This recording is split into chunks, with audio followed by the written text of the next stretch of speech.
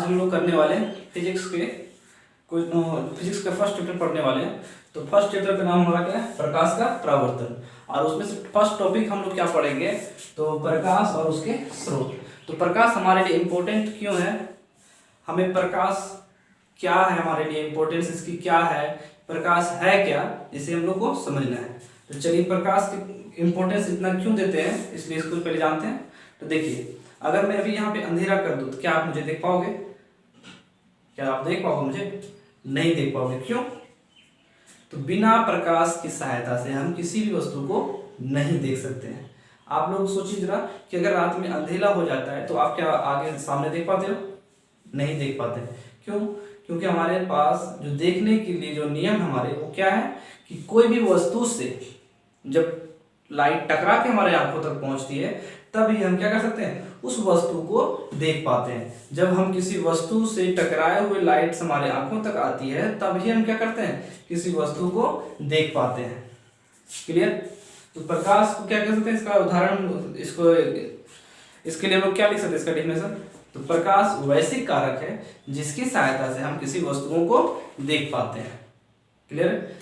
लिख लीजिएगा। चलिए मैं बोलता हूं कि प्रकाश वह कारक है जिसकी सहायता से हम किसी वस्तु को देख पाते हैं।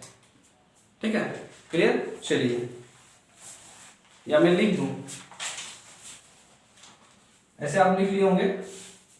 आपको सिर्फ समझना ये था कि ये प्रकाश है क्या। तो प्रकाश के बिना हम लोग किसी भी वस्तु को नहीं देख पाएंगे। ठीक है? अंधेरा हो जाएगा। अगर रात में देखना होता तो हम लोग क्या करते, टॉर्च लेते हैं। चल भाई यार तो किसके लिए टॉर्च को लेके जाते हैं, अंधेरे में बिल्कुल नहीं जाते, क्योंकि अंधेरे में हमें सामने दिखेगी ही नहीं। ठीक है? जब हम आगे देख नहीं पाएंगे तो हम चलेंगे कैसे? तो चलने के लिए हमें देखना जरूरी है, देखने के लिए हमारे पास क्या होना चाहिए, प्रकाश का होना जरूरी है। अब प्रकाश का होना जरूरी है, इसलिए अगर हम टॉर्च भी जलाते हैं तो उससे जब वस्तु से टकरा के हमारे आंखों तक पहुंचती है तभी हम देखते हैं कि सामने हमारे पास कुछ है या नहीं है, खाली रास्ता है या कुछ भरा हुआ है। ठीक है? तो उसके लिए क्या जरूरी है, हमें बस प्रकाश का होना जरूरी है। तो इसका डेफिनेशन ऐसे लिखेंगे कि प्रकाश वह कारक है, प्रकाश वह कारक है, वह कारक है जिसकी सहायता से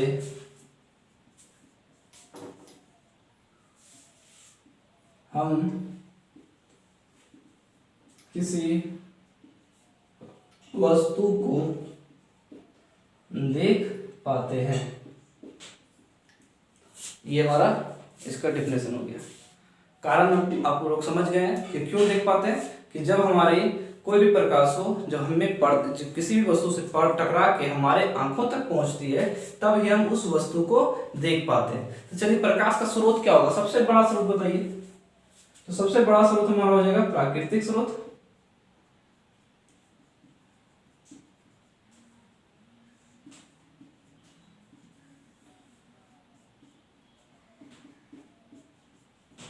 क्या हो गया हमारा, सूर्यदेव। कौन हो जाएगा हमारा सबसे बड़ा प्राकृतिक स्रोत हमारा, क्या या यूं कहें कि प्रकाश का सबसे बड़ा स्रोत कौन सा होगा?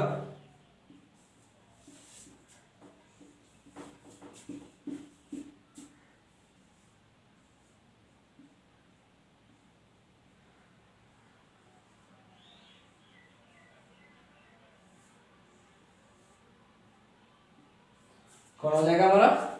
सूर्य हो जाएगा। सबसे बड़ा स्रोत जो हमारा है या सबसे अच्छा स्रोत जो हमारा प्रकाश का, वो कौन सा है? सूर्य है। अगर सूर्य नहीं होगी तो दिन में भी उजाला नहीं होगा, तो हम क्या कर सकेंगे, नहीं देख पाएंगे। ठीक है? अगर चांदनी रात होती है तो चांदनी रात के लिए भी कौन है, ये सूर्य है। सूर्य नहीं तो चांदनी भी नहीं है। ठीक है? क्यों?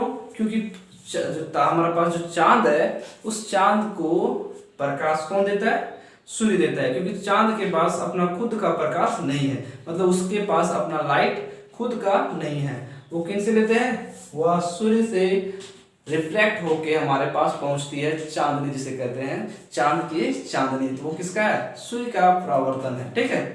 क्लियर है आपको? चलिए मैं इसे मिटा देता हूँ।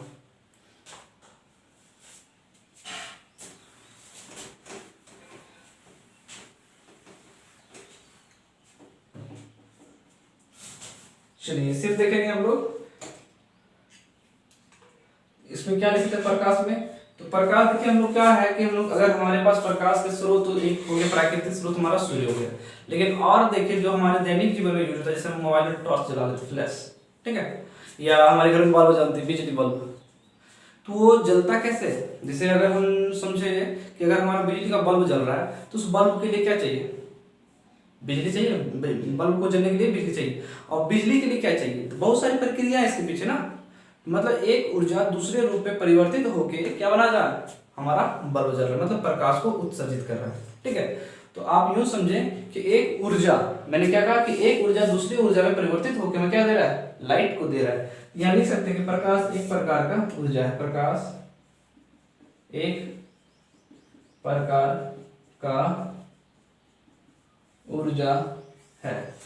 क्या लिखा हमने कि प्रकाश एक प्रकार की क्या है, प्रकार का ऊर्जा है, या तो प्रकार की ऊर्जा। आप जो इच्छा आप जैसे लिखते हैं बस आपको समझना इंपॉर्टेंट है कि ये क्या है, एक ऊर्जा है। प्रकाश क्या हमारा एक ऊर्जा है। जैसे बिजली से हम लोग क्या जलाते हैं, बल्ब, मोमबत्ती, आग से चूल्हा में जो आग जल रही है उससे क्या हो रहा है, उससे भी प्रकाश फैल रहा है, तो उसमें है ना, तो वो क्या है एक रूप से दूसरे रूप में परिवर्तित हो रही है। ऊर्जा क्या होता है, आपने पढ़ा होगा कि ऊर्जा ना ही नष्ट होती है और ना ही संचरित होती है, ठीक है।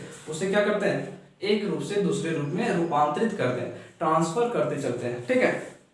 चलिए देखिए, तो इसमें आप लोगों ने पढ़ा भी होगा प्रदीप्त और अप्रदीप्त। प्रदीप्त हमारा नेक्स्ट टॉपिक है प्रदीप्त और अप्रदीप्त, प्रदीप्त वस्तुएं, प्रदीप्त और अप्रदीप्त वस्तुएं। तो प्रदीप्त किसे कहेंगे, प्रदीप्त किसे कहेंगे, जिसके पास खुद का लाइट हो, ठीक है, उधार मांगने की जरूरत नहीं, जिसके पास अपना लाइट हो उसे क्या कहेंगे, प्रदीप्त कहेंगे। और जो उधार लेके चल रहा है उसको क्या कहेंगे, अप्रदीप्त कहेंगे। तो क्या उधार लेके चल रहा है, लाइट, ठीक है, पैसा नहीं। अगर कोई लाइट खुद का उसके पास, जैसे बिजली का बल्ब, तो बिजली का बल्ब जो है वो लाइट उसका खुद का है, ठीक है, आपने उसमें कनेक्शन दी, वो खुद जलने लगा, ठीक है। क्या हुआ कि अगर हमने उसमें लाइट जैसे बिजली को दिया और वो क्या हुआ, बल्ब खुद जलने लगा, तो वह बल्ब जलना किसमें आ जाएगा, प्रदीप्त में। मोमबत्ती जलने लगी लहरा के, तो किसका है, वो मोमबत्ती का ही प्रकाश है, ठीक है। तो मोमबत्ती के प्रकाश मतलब मोमबत्ती का खुद का है, ठीक है। तो मोमबत्ती किसमें, प्रदीप्त में। टॉर्च जलाए, लाइट किसका है, दत्तास दिखा रहा है कि मोबाइल दिख रहा है, या मोबाइल का लाइट है, या तो टॉर्च का लाइट है। टॉर्च का लाइट है तो टॉर्च का लाइट ना, किसका लाइट है, टॉर्च का लाइट है। इसका मतलब टॉर्च क्या हो गया, प्रदीप्त वस्तु हो गई, ठीक है। मोबाइल से फ्लैश जलाए, तो फ्लैश किसका, मोबाइल का, तो मोबाइल का अपना लाइट हो गया ना, तो वो जो मोबाइल फ्लैश है वो किसका हो जाएगा, वो किसमें चली जाएगी, कौन सी कैटेगरी में, प्रदीप्त वाले कैटेगरी में चला जाएगा। क्लियर है कि अगर आपका खुद का लाइट होगा तो वो किसमें, प्रदीप्त में, ठीक है। और जिसके पास जो उधार लेके चला, जैसे आप समझिए कुर्सी, या सबसे बड़ा उदाहरण चांद, सबसे बड़ा उदाहरण चांद है। चांद तो रात में कभी देखते हैं, जोरिया रात आती है तो क्या होता है, चांद पूरा लाइट, पूरा वेपर लाइट की तरह चलता है, पूरा एकदम क्लीन दिखेगा, एकदम 100% गोल, है ना। तो चांद का खुद का भी लाइट नहीं है, क्या किसका लाइट इसके पास, तो सूर्य का जो होता है रिफ्लेक्ट करके आती है ये, तो हमें क्या दिखता है, चांद दिखता है। चांद के पास अपना लाइट नहीं है, तो जब अपना लाइट नहीं है तो कौन सी वस्तु में चला जाएगा, अप्रदीप्त वस्तु में चला जाएगा। जिसके पास अपना खुद का लाइट नहीं हो, किसमें, अप्रदीप्त वस्तु में। जैसे टेबल, कुर्सी, कॉपी, किताब, हम, ठीक है, मेरे पे वो लाइट पड़ रही है, इसलिए मैं दिख रहा हूँ, ये चमक रहा हूँ, ये कैसा हो गया, कुर्सी, उसका क्या खुद का लाइट है, नहीं है। कॉपी, किताब, कैसे खुद की लाइट है, नहीं। ये सब क्या हो जाएगा, ये सब हो जाएंगे हमारे अप्रदीप्त वस्तुएं। जिसके पास डेला पकल एटा पत्थर जे लिख सकते हैं, जिसका खुद का लाइट नहीं है वो किसमें चला जाएगा, अप्रदीप्त में। और जो खुद दांत खींच के चलेगा, लाइट है उनके पास, वो किसमें आ जाएगा, वो हमारा आ जाएगा प्रदीप्त में आ जाएगा, ठीक है। चलिए आगे देखते हैं, आप लोग समझ गए प्रदीप्त और अप्रदीप्त किसे कहेंगे, अब दिक्कत नहीं होनी चाहिए। जिसके पास खुद का होगा वो प्रदीप, जिस जो उधार मांग के चलेगा वो अप्रदीप। ठीक है। अब इसके बाद हमारा इसमें छोटा सा एक टॉपिक है, टॉपिक नहीं है बस ऐसे ही दिया हुआ है, परकीर्णन। परकीर्णन अभी हमने बताया था पीछे कि हम किसी भी वस्तु को देख पाते किस कारण से, तो लाइट की कारण की वजह से हम देख पाते कोई वस्तु को। जैसे भगवान निकले सूर्यदेव, तो सूर्यदेव का प्रकाश सब चारों ओर पड़ रहा है, तो हम क्या कर सकते हैं, चारों ओर देख सकते हैं। जब सूर्य का प्रकाश खत्म तो अंधेरा, तो जहाँ पे बिजली का बल्ब जल रहा है वहीं पे हम लोग देख सकते हैं, जहाँ तक उसकी रोशनी जा रही है। ठीक है, जहाँ तक उसकी रोशनी जा रही है हम वहीं तक देख सकते हैं। लेकिन कभी आप देखे होंगे कि आप एकदम घर में भीतरिया अंधेरा, एकदम अंदर वाला रूम में जहाँ तक सूर्य की प्रकाश नहीं पड़ती हो और आपके पास बिजली का बल्ब नहीं है और फिर भी आपको दिख जा रहा है उस घर में, तो वो कारण क्या होगा, वो कारण परकीर्णन ही होगा। तो परकीर्णन है क्या, तो देखिए हमारे वायुमंडल में बहुत सारे धूल कण एकदम उड़ते रहता है। ठीक है, धूल कण उड़ते रहता है, जैसे आप लोग भी देखते हो मास्क लगा के निकलते हैं, क्यों, धूल कण उड़ रहा है पूरा एकदम गंदगी गंदगी। जैसे सूर्य का प्रकाश आया, हवा रिफ्लेक्ट है, जैसे कान उड़ रही, धूलों का कण उड़ रहा है, जैसे चिमनी भट्टा हवा निकल रहा है उधर से धुआं, उसमें भी क्या है, कण है, कचरा वगैरह है। ठीक है, तो वो जो कचड़े वगैरह से क्या होता है, सूर्य की प्रकाश आके टकराती है, पहले वो क्या करता है, अवशोषित कर लेता है। ठीक है, कुछ मात्रा में वो क्या करता है, अवशोषित करके वो चारों ओर जैसे वो घुमा फिरा क्या वो लाइट चारों दिशा में फैल जाती है। वो लाइट क्या होता है, चारों दिशा में रिफ्लेक्ट होने लगती है, और वही रिफ्लेक्ट होते होते कहाँ तक हो जाती है, घरों के अंदर पहुंचती है, जहां पे हमारा सूर्य का प्रकाश डायरेक्ट नहीं पहुंचती, वहां किसके द्वारा पड़ती है, परकीर्णन के कारण हमारे अंदर घरों में लाइट पहुंच जाती है। समझ में आ गया आपको, नहीं समझ में आया, नहीं समझ में आया कोई बात नहीं, आप फिर से सुन लीजिए। ऐसे समझिए कि छितरा छितरा पहुंच जाता है लाइट घर में, जहाँ पे सूर्य भगवान डायरेक्ट नहीं घुस सकते हैं और लाइट पर छितरा के पहुंच जाता है, वैसे जगह में जो छितरा पहुंचता है लाइट, उसको क्या बोलते हैं, प्रकाश की परकीर्णन बोलते हैं। ठीक है, समझ में आ गया आपको, चलिए इसे मिटा देते हैं।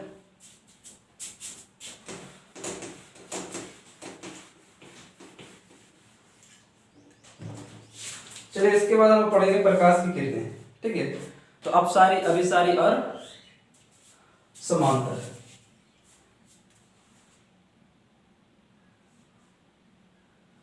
यहां लिखते हैं प्रकाश की किरणें, एक तो होगा नहीं जी, बहुत सारा, तो बहुत सारा जैसे हो जाए उसको क्या बोले, किरण पुंज, मतलब समूह। प्रकाश की किरण प्रकाश की किरण के समूह को, दिख रहा है, नहीं दिख रहा है, प्रकाश के किरण, प्रकाश की किरण के समूह को प्रकाश किरण पुंज कहते हैं। क्या लिखा है कि प्रकाश की किरण के समूह झुंड में। ठीक है, अब इसे सूर्य भगवान निकला, कोई एक जगह नहीं जा रहा है, एक किरण तो नहीं निकल रहा ना, बहुत सारा किरण आ रहा है, छोटे छोटे, तो बहुत सारा तो क्या हो, झुंड में समूह है। ठीक है, समूह है, क्या है, किरणों के समूह है, तो वो समूह को क्या बोलते हैं, किरण पुंज बोलते हैं। क्या बोलते हैं, उस समूह के, किरण के समूह को क्या बोलते हैं, किरण पुंज बोलते हैं। क्या बोलते हैं, किरण पुंज बोलते हैं। जैसे सारा झंडा निकल गए लेके, तो बजरंग दल। ठीक है, दल मतलब समूह। उसी तरह क्या है, सारे प्रकाश के झुंड को, ठीक है, किस में किस नाम क्या देंगे उसको, किरण पुंज बोलेंगे। क्या बोलेंगे उसे, किरण पुंज। तो यह तीन तरह का होगा, कितना, तीन तरह का, तीन तरह का। ठीक है, चार नहीं, तीन तरह के होंगे। ठीक है, एक हो जाएंगे अपसारी, दूसरा अभिसारी और तीसरा होगा समांतर, पैरेलल। क्लियर, चलिए देखते हैं इसमें क्या क्या होगा। अपसारी, अपसारी किरण पुंज, क्या लिखे, अपसारी, थोड़ा इसको नाम को सुनिए अच्छा से, अपसारी। क्या बोला मैंने, अपसारी किरण पुंज। देखिए आप याद कैसे रहेगा इसको, ऑब्जेक्टिव में आपको पूछा जाता है, ठीक है। इसे याद करने के लिए थोड़ा सा आराम से सुनिए। अपसारी, ठीक है, मैंने क्या बोला, अपसारी किरण पुंज किसे कहेंगे, तो अपसारी किरण पुंज किसे कहेंगे। देखो एक बिंदु से निकलकर चारों बगल फैल जाना, एक बिंदु से निकलकर चारों बगल फैल जाना, मतलब ऐसे करके निकलना। चलिए मैं दिखाता हूँ, लाइट आपको बना के दिखाता हूँ। जैसे ये कोई बिंदु है, यहां से निकला इधर इधर इधर इधर इधर, ठीक है। ये क्या रहा है, एक साइड से निकल के, समझिए एक टॉर्च है, टॉर्च टेढ़ होगी ना जी, कोई बात नहीं। इधर से निकल के फैल जा रहा है सब जगह, इसको क्या बोलेंगे, अपसारी किरण पुंज बोलेंगे। मतलब एक बिंदु से निकल के फैल जाने को क्या बोलेंगे, एक बिंदु से ऐसे क्या बोलेंगे, अपसारी किरण पुंज बोलेंगे। एक से निकला अब फैल गया, ऐसे निकल रहा है, फैल जा रहा है किधर, चारों बगल ऐसे करके, समझ में आया। एक बिंदु से निकल के फैल जाने को क्या बोलेंगे, अपसारी किरण पुंज। समांतर तो आप लोग समझ ही होंगे, समांतर मतलब बराबर, बराबर लाइन में चलने वाले को क्या बोलेंगे, समांतर किरण पुंज बोलेंगे। चलिए दूसरा लिखते हैं, समांतर किरण पुंज। देखिए इसमें इस तरह चलेगा, बराबर लाइनों में चलेगी।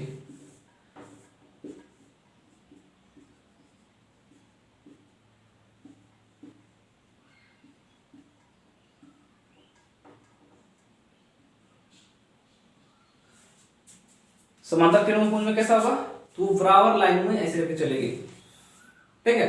तो बराबर लाइनों में चलेगी तो उसे क्या बोलेंगे, समांतर किरण पुंज बोलेंगे। लेकिन तीसरा आप देखिए, अभिसारी, कौन सा हो जाएगा, अभिसारी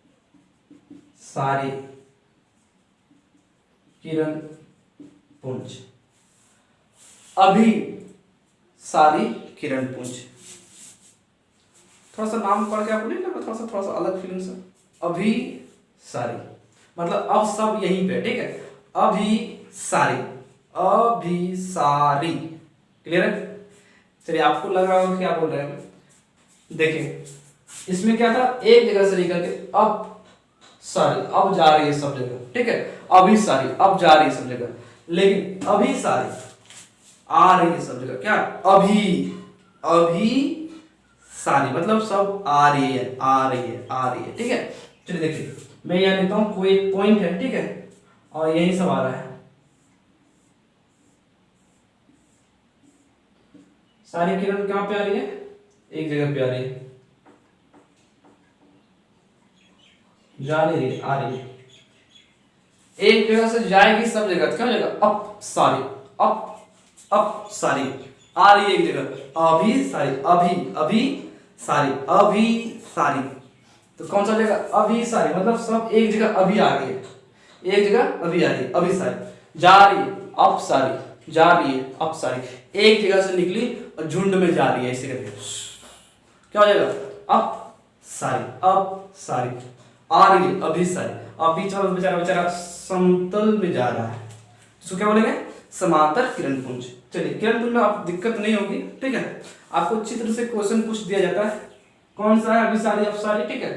तो जो एक जगह पे मिलेगी आके अभिसारी, अभी मिलेगी ना अभिसारी, और एक जगह से निकलेगी उसको क्या बोलेंगे, अपसारी, अपसारी, समझ में आया।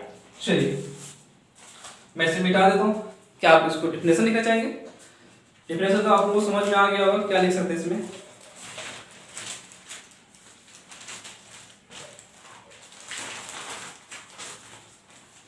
चलिए इसे मैं मिटा देता हूँ, अभिसारी अपसारी, अब कोई दिक्कत नहीं होनी चाहिए आपको।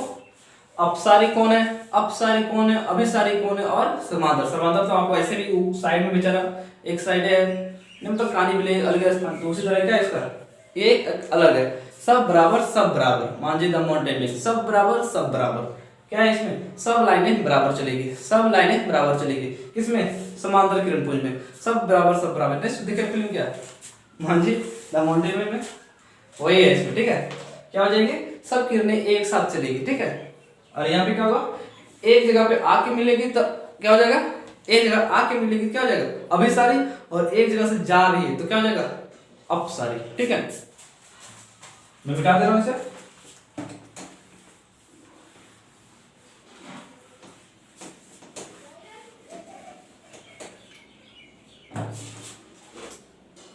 चलिए इसमें देखिए छोटा सा टॉपिक है पारदर्शी। आप लोग जानते होंगे, बस एक बार और से देख लीजिए, रिवीजन हो जाएगा आप लोगों का। पारभासी,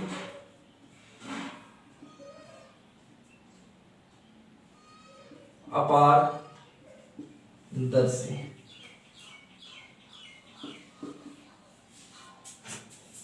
चलिए ये हमारा तीनों है,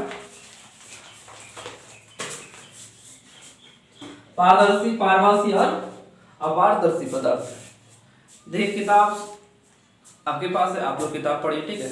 और नहीं तो आप अगर क्लास कर रहे हैं तो आपको किताब की कोई जरूरत नहीं पड़ेगी, ठीक है। मैं जितना पढ़ा रहा हूँ आप उसके जरिए चलते रहिए, आपको किताबों की जरूरत नहीं पड़ेगी। चलिए पारदर्शी, पारभासी, इसे मिटा देता हूँ, पदार्थ आप जोड़ लीजिएगा। और अपारदर्शी, पारदर्शी तो आप समझ रहे होंगे, पारदर्शी मतलब आर पार, पारदर्शी मतलब आर पार, ई पार से ऊपर, ई पार से ऊपर क्या हो जाएगा पारदर्शी, ई पार से चल जाएगा ऊपर देख लेंगे तो क्या हो जाएगा पारदर्शी हो जाएगा, ठीक है। देखिए क्या लिखा हुआ है पारदर्शी पदार्थ, मतलब क्या बोल सकते हैं इसको, क्या सोच सकते हैं आप, सोचिए थोड़ा सा। सीधी सी बात, इसमें क्या लिखेंगे, जिस वस्तु को ई पार से ऊपर देख लेंगे वो वस्तु का क्या हो जाएगा पारदर्शी हो जाएगा। जैसे आप लोग देखे होंगे सब तो शॉपिंग करने घूमते हैं, शीशा जो रहता है क्या बोलते हैं उसको मॉल, अब वो हम शीशा लगा रहता है, होता ही नहीं होता, उसके पीछे हम स्टिचू तो मस्त मस्त लगा देगा ऐसे वाला। मतलब क्या है कि आप उस पार से इस पार देख लीजिए और थोड़ा प्रभावित हो जाइए, अरे वाह चलो देखते हैं क्या है, थोड़ा सा पारे ना रहे, चलो देख लेते हैं।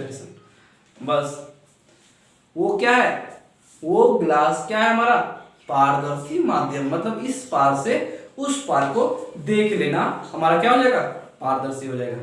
क्लियर। चलिए पारभासी, पारभासी, भासी, पारभासी, ठीक है। तो पारभासी मतलब क्या, आपने देखा होगा बचपन में कि आपको क्या होता है, शीशा जो होता है उसे रगड़ देते थे बीच में, ये तो कभी तेल लग जाता था, क्या होता है बीच वाला अगर पीछे क्या होता है सिल्वर का परत चढ़ा होता है, जैसे हमारा ये शीशा है, ठीक है। जिन्हें सबके घरों में शीशा बड़ा वाला होता है, ये छोटा वाला किसी कैसा भी घर में शीशा होता है, ठीक है। अगर छोटा वाला है तो पीछे इसका क्या होता है सिल्वर वाला जो होता है पेंट चढ़ाया जाता है, ठीक है। उसके बाद फिर कोई दूसरा कलर चढ़ा दिया जाता है, होता है क्या होता है, आप शीशे को घीस दीजिए, रगड़ दीजिए धर के, ठीक है।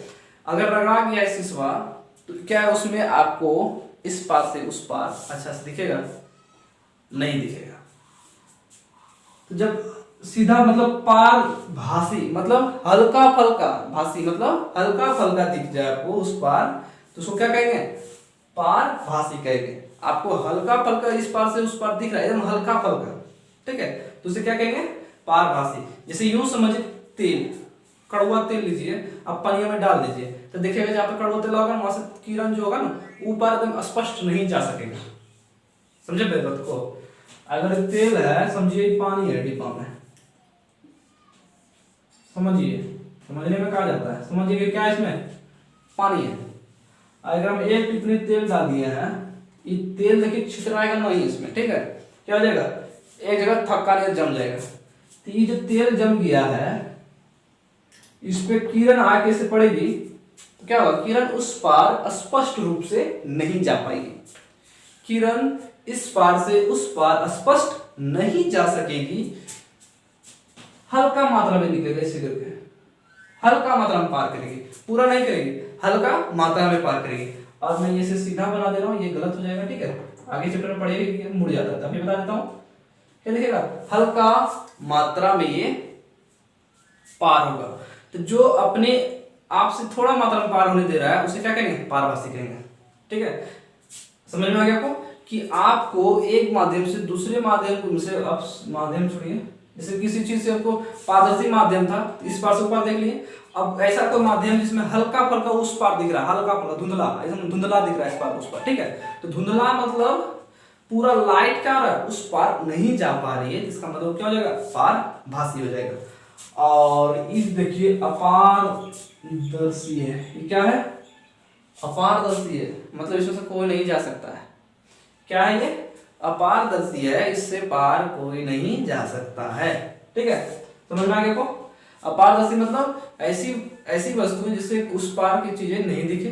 ठीक है, सीधी सी बात यही है कि उस पार की चीजें नहीं दिखे। चलिए आज इतना ही रहने दीजिए, इससे को कंटिन्यू करेंगे कल। और